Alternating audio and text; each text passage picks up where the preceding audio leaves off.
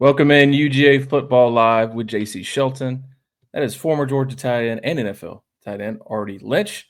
Welcome back, Artie. Good to see you again, my man. We got Good to be preseason back. football, baby. We are through fall camp. It is now just preseason practice. Week 0 this week. I don't know if you know this, but Stanford is playing Hawaii at Hawaii Saturday. I just want to let you know that, okay? Oh yeah, technically this is like, is this week 0 or is this like week -1?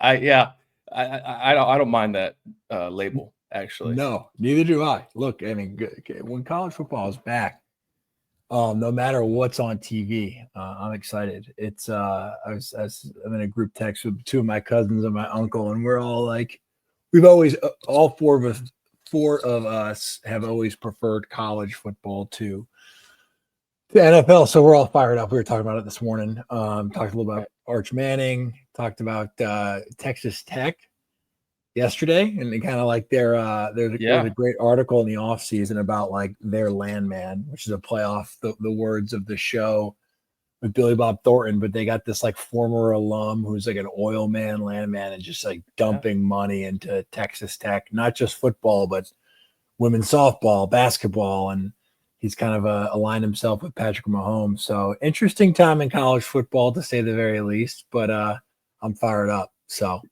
great, man. Yeah, me too. And we'll get into some Georgia ball first. Of course, that's what people are here for. But dude, we could touch on some Arch and some Texas Tech later too. I've written a lot about both of those.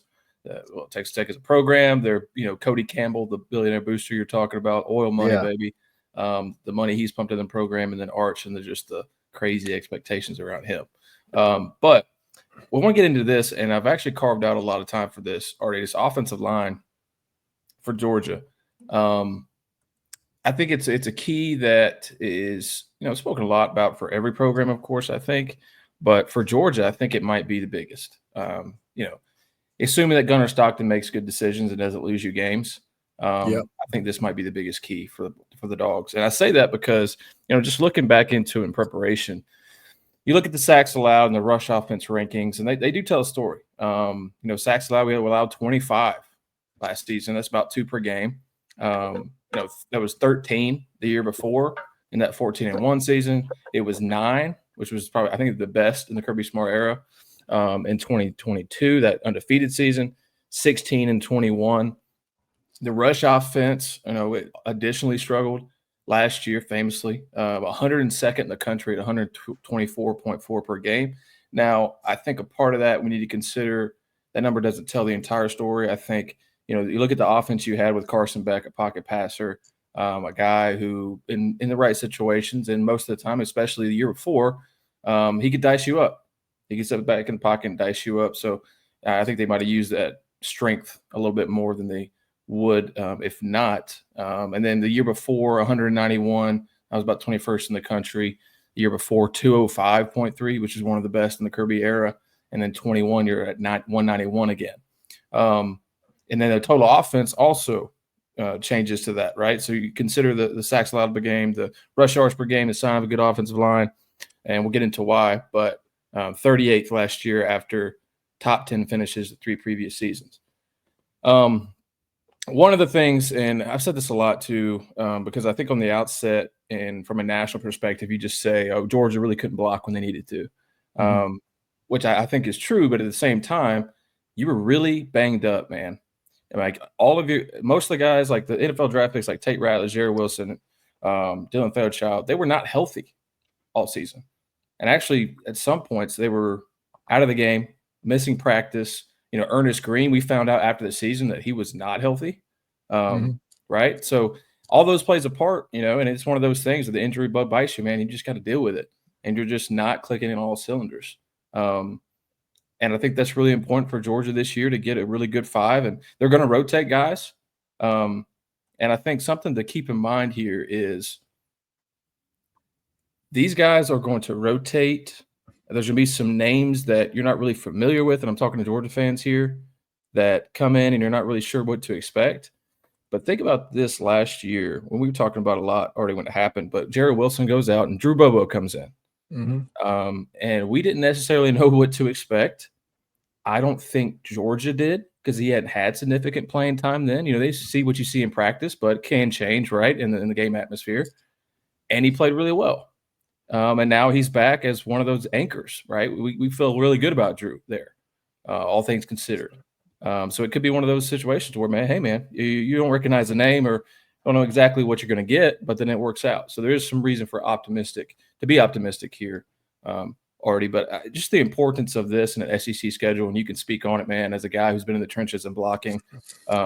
It's so important for these guys to gel together and really just, you know, be have endurance and hopefully the injury bug, knock on wood, doesn't bite here. Yeah, no, I think I was not surprised by Drew Bobo being able to come in and play well.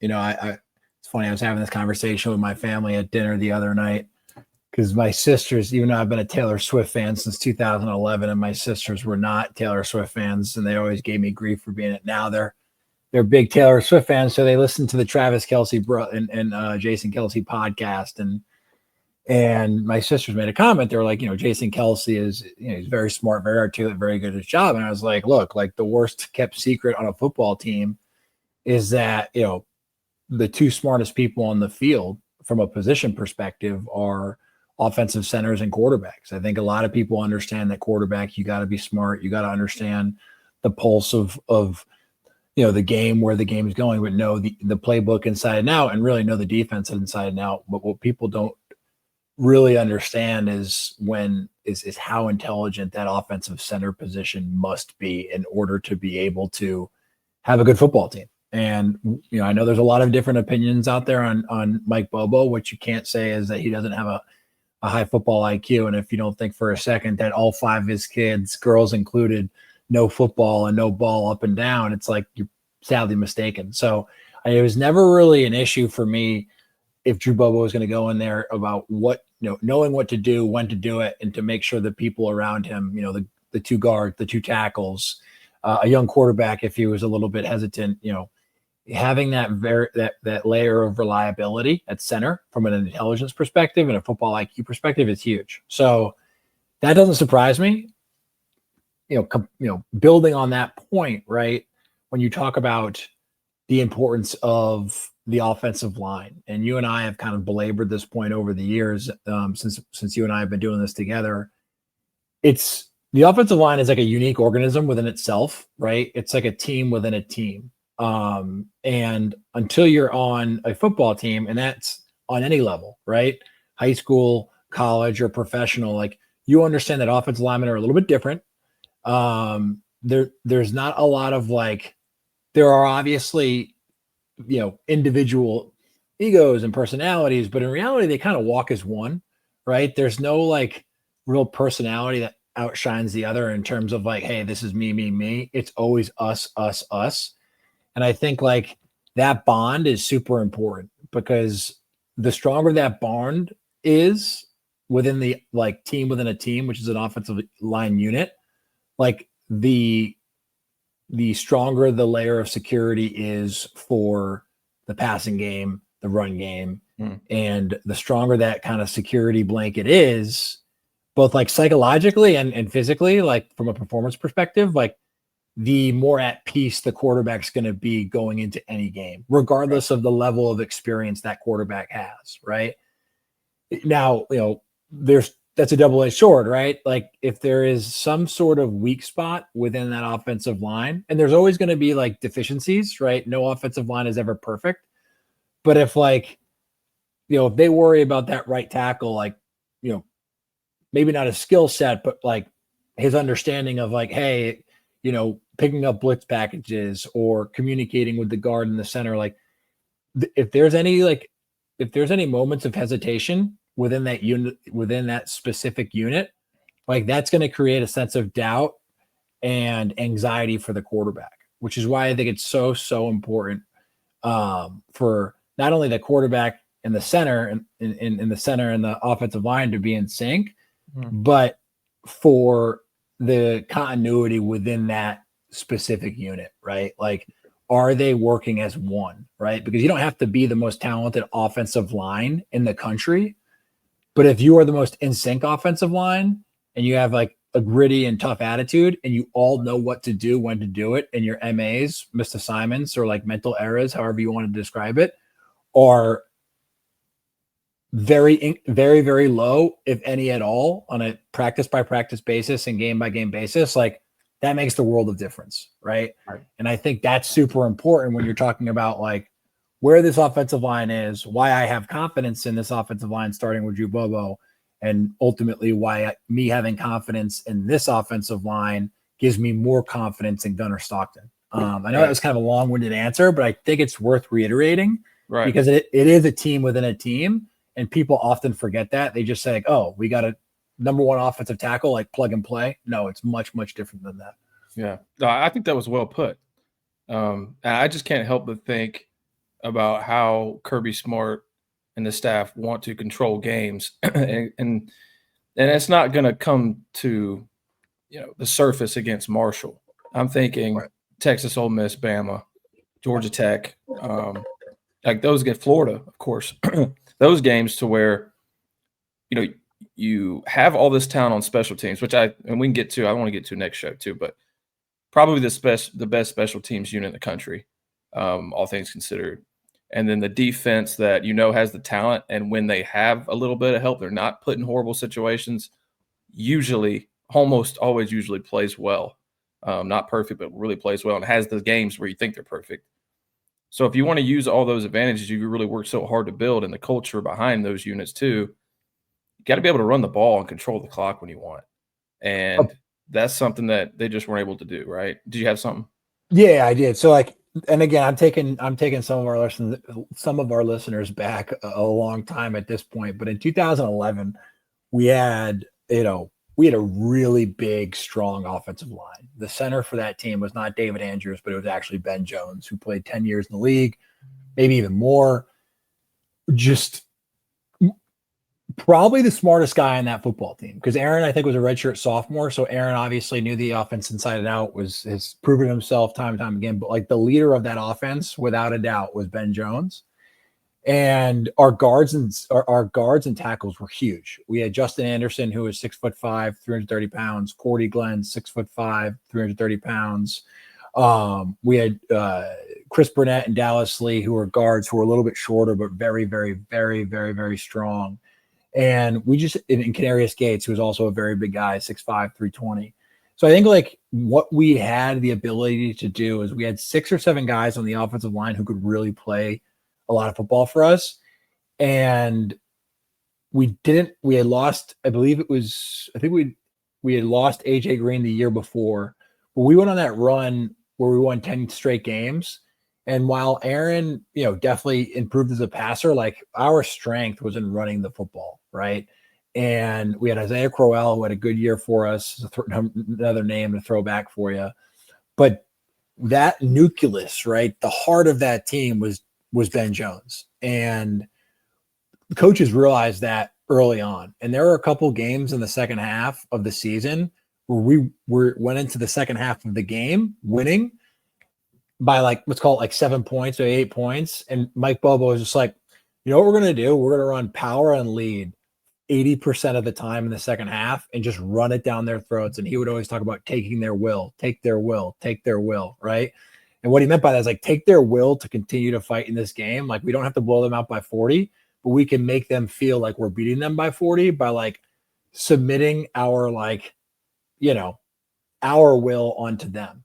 And when I think about this offensive line, about the plethora of running backs that we have, this really talented quarterback we do have, who is a bit inexperienced, I think our offensive line is going to be a huge asset for us, because it's going to, if they impose their will early on against a team like Marshall, to build that confidence up, maybe get 6, 7, or 8 different offensive linemen rotating in and out, right? Just to like wear teams out. That sets a great precedent for the type of offense we want to be early on and the type of offense that we can be moving forward. And so like when I think about like this team, the skill sets that they have, some uncertainty on the edge with our receivers, but also a strong tight end unit, man, I think there's a really, really unique opportunity to kind of like establish dominance early on in the season, and then obviously build on that down the road. Yeah. And we'll get into position here, but I like how you added tight end there too, because Oscar Delp has grown so much as a blocker too. And I think Kirby Smart talked about it at length the other day at a presser about how important he's going to be in line. And basically what you're talking about is, force yourself on these guys, especially in the second half, and take their will. And Oscar's going to be a big part of that too. So it's good to have him and like a fourth-year guy like that who's got a great body as far as a blocker like that. You want to be able to push around guys, and you've got some really good defenders you're about to face. So that's a big part of this too. Now tackle, I'm really optimistic about. I think when healthy, Ernest Green and Monroe Freeling have really shown that they can play well in the SEC. Injuries plagued him last year, and of course Monroe in that Notre Dame game with his injury, he ended up being replaced. Like, he just went at 100%. I'm excited to see him with another year under his belt and getting healthy and see what he can do. I think Georgia feels good about those guys. But also, you have good backups here in Bo Hughley and Jamal Merriweather come on strong. Ja Jackson, the former basketball player, he's that offseason arrest. I'm not sure exactly when he'll play. I wouldn't be surprised if he missed the first game. But by the time you hit that SEC schedule, I think we'll see a lot of him. As far as guard, that's where you lose your most inside. But Drew coming back, we like Drew. I think that's established here, or at least on this show. We both like Drew. But Micah Morris, I'm excited about him. Dude, he's a mauler. That's what you want there. Very big body, wide as all get out. Great for these massive nose tackles you're going to be facing. Daniel Calhoun, Michael Uni. So you're going to see those guys. Mason Short, the signee. And Dontrell Glover, the signee. We'll see how much they get to play. I think it'll rotate a lot early in the season. That's what Georgia likes, man. They like to get these guys starts in and have that opportunity to have that experience before you might have to use them down the road in an SEC schedule. And so it's good to get those guys in early. So I think there's a lot of rotation inside. I expect to see. We'll see what happens in the first few games there, and especially by the time Georgia goes to Tennessee. that first five, I think that's the guys that Georgia's going to feel the best about, whoever trots out there to open that game. I think, already I can't help but think about this too. It's like, you spend so much time and money on recruiting, and to get this receiver group back to where you think it could be really a difference maker and get the playmakers and kind of revamp that group after losing Brock Bowers and Ladd and A.D. Mitchell and those guys. Can that actually be a factor if you're not able to establish things up front? And I think that's an easy no. So that's why, again, it's so important. Like, how can you establish and bring this receiver group along to really make big plays if you aren't able to be, cohesive and really dependable on the offensive front? So we're going to be watching this, Artie and I, and I'm sure you guys and all the UGA Football Live fans are going to watch this group very, very closely, because you're going to play some really good defenses, especially, Texas too, man. Texas is so good up front. I know they lost some inside, but they really revamped in the transfer portal too and recruiting. And you have guys like Anthony Hill and Colin Simmons, basically all Americans, get to the quarterback. So it's going to be really important by that time too. And that's later in the season. You're going to face Bama and Ole Miss before that too, and they got some dudes up front too. Ole Miss lost a lot to the NFL draft, but they revamped too, another top 10 transfer class. So new names, but I think they're still going to have the talent to get to the quarterback. So something to watch. Let's touch edge here. Other than offensive line, I think another concern here, on the outside, you say concern, but a snap has not been played yet, so we'll see. And you think about this Kirby Smart defense and how these guys affect the quarterback. Mostly not sacks. We talk about it already, like affect the quarterback. That's what we want these guys to do, and then set the edge, right? Because everybody's had troubles with stopping running quarterbacks in today's game with the RPO and just how many different options a quarterback has now, Artie. Plus, you add his legs into it. You're going to face guys like Arch Manning at Texas and Austin Simmons at Ole Miss, Ty Simpson at Alabama. It's no surprise that these top programs, and even you look at Ohio State too, and Julian Sayin, who just earned the job, they can all move, right? They can all run when called upon. The game has shifted completely, almost the opposite of what it used to be, and you have to be able to not only get sacks here and there and hopefully force some turnovers, because that's a lot, half of them lead to, but also just get in his face, affect him, and set the edge. And last year was not great for Georgia.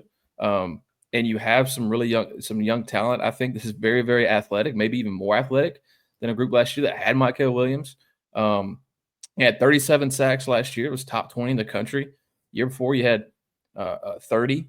Right, you ranked 47th, but you won 14-1. Should have made the college football playoff and maybe another national title. 2022, 35, 21. You had 49 in that legendary, probably the best defense in Georgia history. So you're not asking for that, but you're asking for around 30, I think, to be successful. And getting after the quarterback is big and forcing turnovers. Now, the thing that stands out in this group at edge is just a lot of youth, man. I mean, you got Gabe Harris, and he's going to be called upon to not only be really effective, but also a leader as a guy who's a third-year player and with a bunch of first and second-year guys behind him, like Joseph Jonah and Janye, Justin Green there. Got a couple enrollees that have done some good things so far, even though, being very, very early in their careers, and J.J. Hahn and Isaiah Gibson at number one edge in last year's class. Outside linebacker Quintavious Johnson, he's a second-year player, along with Chris Jones, who moved from inside to outside backer, because Georgia just really loves his length, and Kirby Smart talked about that. Kind of the outlier here already, which I'm excited to see. I know I'm a big Cole Kublik fan, and I think the way he talks about the game is just really intriguing. I learned a lot from him just listening as a former Auburn offensive lineman, ESPN analyst. He knows what he's talking about. I think you can easily tell. Now, he made kind of a bold take here and prediction, really, for the Army transfer, Elo Mendozi, to be one of the SEC's top defenders, like a dark horse for the SEC Defensive Player of the Year. So he was really excited about what he saw on tape at Army. He's a young player. And he was used multiple ways at Army. He's going to be used that way, I think, for Georgia as a really, third down, go get him kind of guy. He's long. He's very, very twitchy. He can bend around the edge. So he's exciting. But also what I'm reading from fall camp reports too is he's having to adjust to an entirely new defense. And not only that, but also new teammates already. So can we expect him to jump, I think, early in the season? Maybe not. But what is he like 6-7 games into it, And that's one of the things we will be watching. And I think if he takes over and adds something like that off the edge, when you lose a guy like Jalen Walker and you're looking for kind of an answer, maybe somebody similar, he could be it. Yeah, I mean, just to note on that, man, it is, and obviously I did not go to the academies, but I've definitely been in the Army. Words cannot even begin to describe how different, University of Georgia and Athens, Georgia is to West Point. You might as well be on Mars, dude. It's it's an entirely different environment. And I'm not saying the kids are better or worse, or it's just it's a different environment. And some of my, some of my closest friends that have made over the years are West Point guys or Annapolis guys. And you're just you talk about the first thing the first question they will always ask me is oh, what was it like going to a normal school? You know what I mean? What was it like actually going to college? And obviously the schools at, West Point, Annapolis, these are some of the best schools in the country, but he's probably adapting to just a different type of human being that he's interacting with on a day by day basis, because yes, football, they make a priority at West Point, but not of the same urgency and priority that they make in the SEC. Right. And so, the types of players he's going against on a daily basis at UGA are not the types of people he's going against on a daily basis at Army. Yeah. But I agree with you on Cole's assessment of football, how he analyzes it, and his football knowledge. If he thinks this guy's going to be a stud, I tend to agree with him. Right. I mean, it can't help but make you optimistic, at least. Yeah, totally. And I think this kid he's going to be tough. He's going to play hard. He's going to be disciplined. He's going to know what to do, because that's what you need to do at a very basic level at West Point. But I can just imagine him just being whoa, we're not in West Point practice anymore. Every single person around him, that's the thing I try to tell people also when people ask, what was playing at Georgia? I was like, I was at Georgia when we were a good, sometimes great team. Georgia now is a great team every single year. With each year, they could be like one player away from being like a national championship all-time great team, and that's the fundamental difference. But what is not different is every single player that got recruited at UGA when I was there had a chance to go to the NFL. Now it's like every single player too deep has a chance to be like a first rounder, but it's much different when you walk into a practice field where you might be one of 4 guys out of 130 that will have a shot at playing in the league, to where you are one of 75 that not only has a shot at going to the league, but pretty much expects to, at the very least, be an undrafted free agent, right? But in reality, based off the data, if you go to UGA now and you play and you're at least a 1-year starter and productive starter, then you're probably going to get drafted. And it's just the way it is, right? And so that is that is such a different environment, and he is probably adjusting to it. So anything that we're reading about is probably more to do with that than anything else. Yeah, I think it's a great point. And I don't expect to see. We won't know until we don't know how much he's going to play at first either, because Kirby Smart talks about it all the time. You're not in the right spot in practice, you're not going to play that much. If it is, right? They can't trust you. Exactly. And I think they're going to put him in, it's an interview, baby, in that first couple of weeks. How much we're going to use you at Tennessee, other than special teams, because I'm sure he'll be on special teams. Totally. They love athleticism on special teams, and he is, if nothing, athletic, uber athletic. And another point, we'll end edge here talk, but the strength of this inside linebacker room, which some of those guys can play outside too if they want, is very, I think, important to this when we're talking about affecting the quarterback and setting the edge.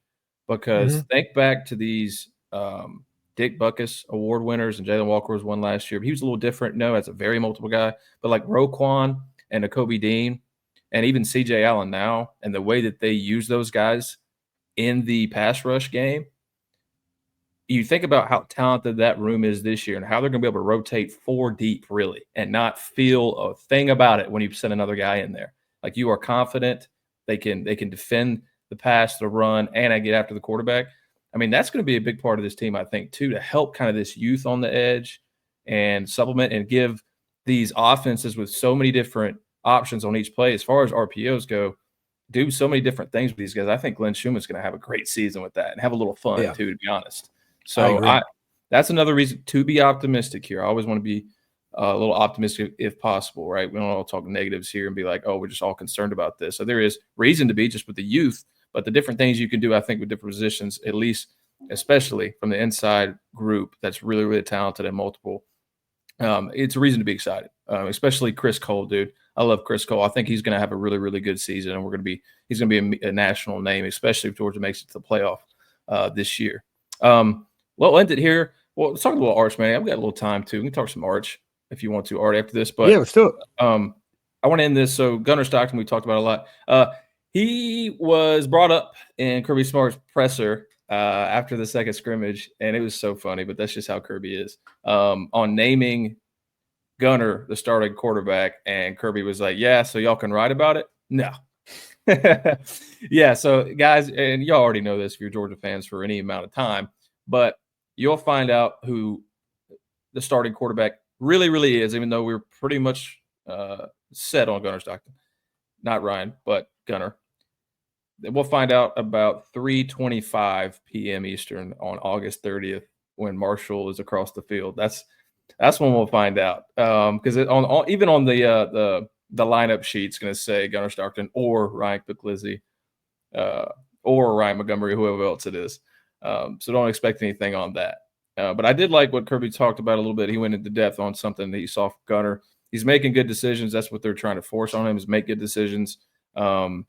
That's basically his rundown of his quote there. But I heard from fall camp, too, that his command of the offense was really good. We saw that in the spring, and especially up close being there. We saw that in the spring. He had command of the offense, and it looked different than the other quarterbacks that got some chances that day.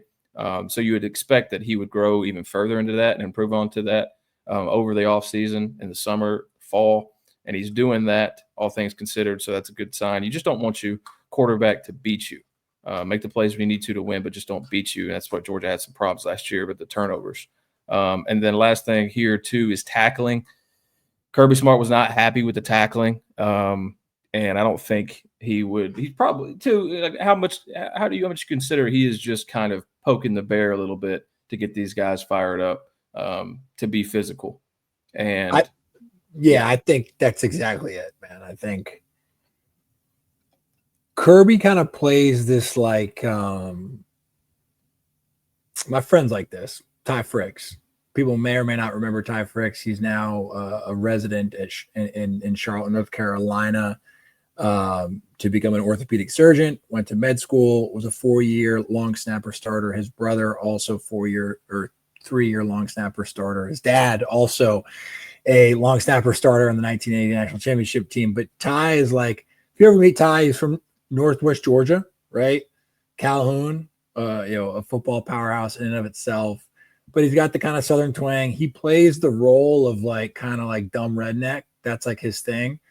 But, he's like, man, I'm just a dumb redneck. And then he's the smartest guy on the football team type deal. So like Kirby kind of plays this like role of like kind of just, I'm just a good old like South Georgia boy. Like I'm going to in your face. I'm talking, talk some, blah, blah, blah. But I think he's one of the most intellectual and naturally intelligent people from a college football head coach perspective out there. Right. I think he is an incredibly calculating, just like human being. So while he does talk a lot in the media, and I don't mean talk a lot like he gives a lot of like tidbits and a lot of good information about ball, except starting quarterback information, but just like he's always answering questions pretty fully. But he kind of does it like, like it's almost like every single time, like kind of like a pump-up speech to a certain extent. Not every time, but you get what I'm saying. But every time he kind of says something like this, like we need to improve here, here, and here, that goes a little bit deeper. I think he's like trying to kind of twist that knife in the back a little bit to be like, hey, like I'm not putting he always takes blame for losses and all that stuff, but I think he does things very intentionally to fire up groups of the team or units on his team that he knows has exceptional talent, but may not be performing up to standard. Right. I think he does a very good job of that. And I think his team listens intently. And to your point, nothing is said just in passing or just to fill words. I think he's very, very calculating in that regard. And historically speaking, it's served him well. Yeah. And today's era too, you don't have to give much more than that. Like, for example, he just said, yeah, we're not the tackling team we need to be. And he could tell that from the last scrimmage. You don't have to give more than that because these players are going to see that because of the media and how it is now, and TikTok and Instagram Reels and Twitter and all that stuff. It's just in your face immediately after he says, like I'm talking about within 2 minutes, because the writers in there are just posting it as he goes. So really easy to get that message out if you want to, and I think he does use that, like you said, really well. Next show, we'll talk some DBs, some cool things there to talk about, and special teams outlook, which I think one of the best units in the country, probably the best. But I want to talk to Arch Manning too. Already, since we have just a few minutes here, we can go. Yeah. I know you were talking about your friends, man. I'm on the side of temper our expectations. As a Texas fan, I would be like, man, let's just let this guy get more than, let's get his third start in. I mean, he's playing Ohio State, and they're going to have a great defense. I mean, they're going to have a really, really good defense. It's going to be an awesome game. Right. I'm really excited for it. But temper the expectations here. I thought we saw some good things from him at times. Obviously, went 2-0 as a starter. I mean, that was UL Monroe and Mississippi State, so the competition wasn't really great. And then he had some times, obviously, like deer in headlights, but that was as a backup guy coming in a situational, which we've seen not work historically about 90% of the time, right? So this is a whole new challenge for him, and I think he's a really smart kid, and obviously I think he knows his way around the film room, being the family legacy that he has, and not just a quarterback, really, really good quarterbacks, but also a guy like Peyton Manning, who's just a film nut and some guy he can lean on for some things like that. I think he'll be prepared. And he looked at Sarkisian's track record with quarterbacks. That's another reason to be like, okay, does he is deserving of the Heisman talk and what have you. I don't think necessarily I want to see it on the field, but I could see why you make that point because of Sarkisian's track record with Heisman quarterbacks and eventually really good pro quarterbacks too. So he prepares these guys well. He's at a whole offseason too. I think he'll play really well this year. But Heisman, I'm not sure. I mean, that's really reaching, man. I have to see it.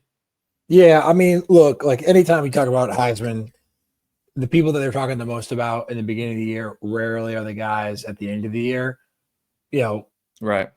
Unless, historically speaking, it's like a dynasty, right? Like the USC years, people would be like, oh, like Heisman hopefuls, like Matt Leinart and Reggie Bush. Well, yeah, it's like not really a bold take. Like just statistically speaking, if they stay healthy, they're going to be at least one of them, if not both, are going to be in New York, Alabama, right? When they had that run. Or I guess, who knows if they're still on it, and it remains to be seen. But as it pertains to Arch, there, unless he took his mom's last name, right? He was always going to have this buzz around him.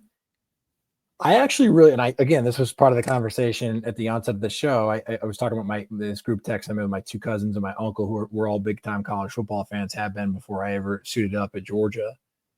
I was like, man, I kind of like Arch Manning. And my uncle was like, I'm unsure about him as a player. And my response was like, I am still unsure about him as a player based off experience, but I just like him as a kid and as a guy. Because I think like he's been media trained like from day one. Right. Clearly, Cooper Manning is a great father. Clearly, he's got two great mentors in his uncles. And then, obviously the patriarch himself, the original Arch. For a kid who's been given that much like hype, I think he like does a very good job of tempering expectations for himself. And I know in his mind, just the way he's probably wired is like, no, I'm going to be the best player in the country. But he kind of like shows confidence in other ways. And I think it's good that he understands like the gravity that comes, with his name, because you can hear him. Like, he's like, like, I don't think I've earned the right to sign autographs. I don't think I've earned the right to do X, Y, and Z. And it seems like his teammates really, really like him. So like personally, I'm pulling for him because I think he's an awesome dude. But I agree with you. It's like he's doing the right thing by like tempering expectations, because I think he realizes the challenge ahead week one and just the whole season. Like, to be the Heisman Trophy winner, you have to be exceptional in pretty much every single game. And if you have like a slip up here or there, you may still win it. But the only way you're going to still win it if you have a slip up here and there is like you're just so far ahead of people statistically, like Lamar Jackson, right?